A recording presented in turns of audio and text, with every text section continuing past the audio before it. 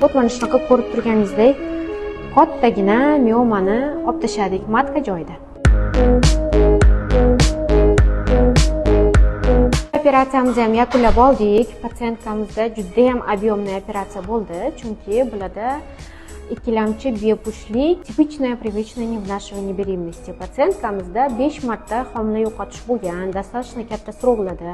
Chunki bularda вот shunaqa огромный mioma tela matki bo'lgan. Ko'p joylarga обращаться qilganlarda matka bilan birga olinadi deganlar. Chunki matka bilan birgalikda 23-24 haftalik как будто беременная matka bilan.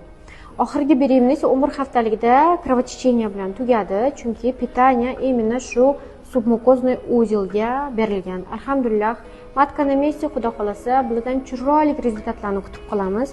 Mana shunaqa ko'rib turganingizdek, kattagina miomani olib tashladik matka joyida.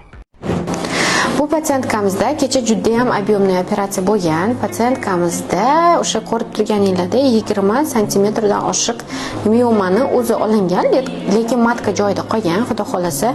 Chunki bularda hali детородный funksiya выполнять qilinmagan.